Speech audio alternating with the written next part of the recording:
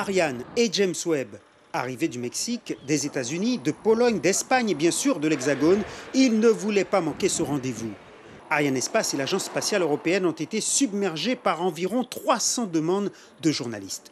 On a moins de gens que ce qu'on avait envisagé à la base, mais il reste les durs des durs.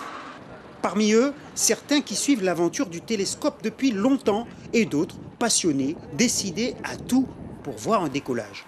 Ça fait 10 ans que je travaille et que j'écris mes premiers papiers sur ce télescope-là. Je n'arrivais pas encore à croire qu'il allait décoller. Je me disais non, c'est pas possible, ça va être retardé, ce sera pour 2022. On a tellement vu le projet glisser, donc là le voir c'est beaucoup d'émotion. J'ai jamais vu une fusée d'aussi près. Maintenant, surtout en pensant au fait qu'elle porte le satellite James Webb. C'est très impressionnant, quoi. Pour moi qui fais de la science, du journalisme scientifique, c'est le rêve d'une vie, quoi, voir une fusée décoller avec un télescope mythique, historique. Donc dès que j'ai appris qu'on pouvait assister, filmer ça, j'ai pris mes billets d'avion sans hésiter. Et puis, il y a ceux qui viennent du pays concurrent sur le plan commercial, les États-Unis. Mais on est loin de la rivalité SpaceX-Arianespace. Là, c'est la science qui prend le dessus pour un projet à l'échelle de la planète.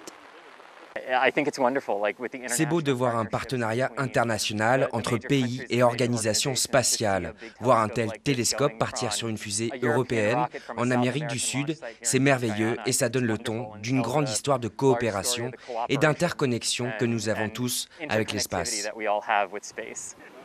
Malheureusement, tous ces visiteurs ne sont là parfois que pour 3 jours. Mais certains trouvent le moyen de s'intéresser aussi au charme du pays malgré leur court séjour. Je crois que ce n'est pas très connu encore l'écotourisme que vous savez ici. Et pour moi, c'est une surprise qu'il y a beaucoup de choses de fait ici, à part des portes spatiales. Il faut venir, mais pour tourisme. On ne le dira jamais assez, le spatial est une fenêtre ouverte sur le monde pour peu que le territoire se donne les moyens d'en récolter les avantages.